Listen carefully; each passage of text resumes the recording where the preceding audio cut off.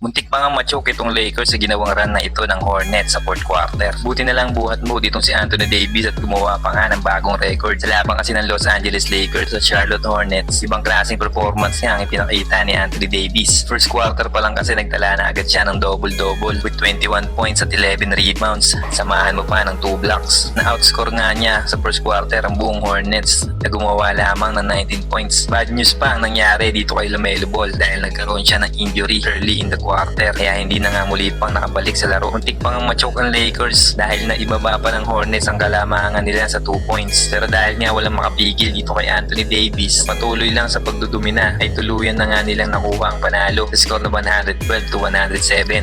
Highlight sa laro itong high-flying poster dunk na ginawa ni Dorian Finney-Smith dito kay Miles Bridges. Kita din ang grabing depensa ang ginagawa ng Hornets dito sa 40 years old na si LeBron James. Apat ang bumabantay at meron pang pagkakataon na halos nakadikit na nga sa mukha niya ang kamay ng kalaban. Dito ka nga lang makakakita na ang isang 40 years old na player ay ganito pa rin kahigpit kung bantayan. Nanguna para sa Lakers ang monster performance nitong si Anthony Davis na nagtala ng 42 points, 23 rebounds, 2 blocks at 2 assists. Si LeBron James naman ay may 22 points, 7 rebounds at 8 assists. Maganda rin ang naging contribution nitong si Austin Reeves na may 17 points, 5 rebounds at 6 assists. Sa Hornets naman ay nanguna itong si Miles Bridges na nagtala ng 26 points at may 19 points naman itong si Josh Okogie. Muli na naman nga nakatikim ng talo ang defending champion na Boston Celtics. Laban naman nga ngayon sa Houston Rockets sa score na 114-112. Yan nga ay dahil sa isang game-winning floater nitong si Amen Thompson sa harapan pa mismo ng Finals MVP na si Jaylen Brown. Dahil nga sa game-winning shot na yan ni Thompson ay natanong siya sa post-game interview kung anong pakiramdam niya sa nangyari. Parang siya daw si Kobe, biro ni Thompson sa interview. Isang halimaw na naman kasi na performance ang ginawa nitong si Amen Thompson na nagtala ng 33 points at 10 assists. 10 3-pointers naman ang naitala nitong si Dillon Brooks, shooting 10 out of 15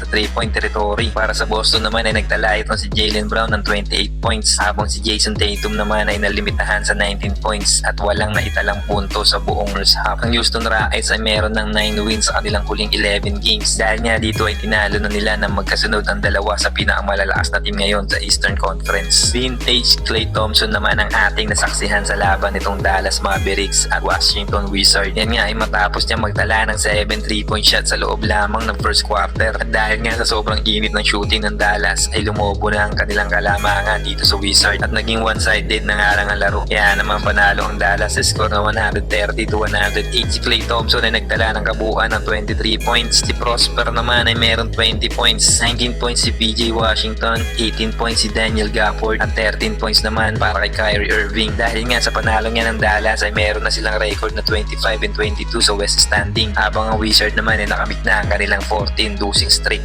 Maraming salamat sa panonood. Huwag nyo sanang kalimutang i-like ang video na ito at mag-follow na din para sa iba pang basketball updates. Salamat sa suporta.